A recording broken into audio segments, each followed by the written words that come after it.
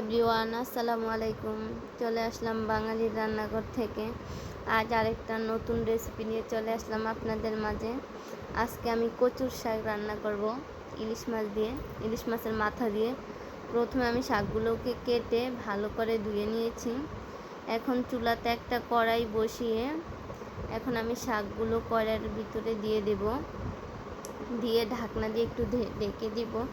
দেখুন আমার শাকগুলো অনেকটাই নরম হয়ে গিয়েছে, সিদ্ধ হয়ে গিয়েছে। এই জায়গায় আমি বারবার শাকগুলোকে উল্টিয়ে পাল্টিয়ে নেড়ে নিয়েছি যাতে সিদ্ধ হয়ে যায়।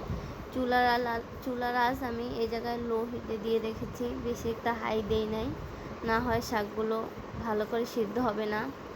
দেখুন আমার শাকগুলো কতটা মিহিন হয়ে গিয়েছে একেবারে। আমাদের ইউটিউব চ্যানেলটা সবাই সাবস্ক্রাইব করে দেবেন, আমাদের ইউটিউব চ্যানেলের সঙ্গে থাকবেন। এখন আমি শাকগুলোকে আরেকটা বাটিতে ঢেলে নিয়েছি। চুলাতে একটা কড়াই বসিয়ে পরিমাণ মতো তেল দিয়ে একটা তেজপাতা, 2টা এলাচ দিয়ে ভালো করে নেড়ে নিচ্ছি। পেঁয়াজটা যখন একটু কালার চলে আসবে সে পর্যায়ে আমি এই জায়গায় একটা রসুন থেতলিয়ে নিয়ে দিয়েছি। এখন আমি একটু পানি দিয়ে দিব। পানি দিয়ে আদা বাটা, রসুন বাটা, আদা বাটা পরিমাণ মতো দিয়ে ভালো করে একটু নেড়ে নিব। যখন এটা তেলটার সাথে একটু মিক্স হয়ে যাবে এই পর্যায়ে আমি এই জায়গায় হলুদ দিয়ে দিয়েছি, সামান্য পরিমাণে মরিচ দিয়ে দিয়েছি। এখন দিয়ে আমি মশলাটাকে ভালো করে কষাবো। এখন লবণ দিয়ে দিয়েছি আমি পরিমাণ মতো। আপনারা আপনাদের পরিমাণ মতো লবণ দিবেন।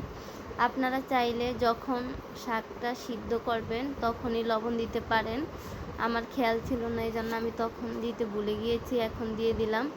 এখন দিয়ে দিয়েছি 5টা কাঁচামরিচ, ইলিশ মাছের মাথা 2টা দিয়ে দিলাম আমি। এখন একটু পানি দিয়ে মাথাগুলোকে ভালো করে কষিয়ে নিব।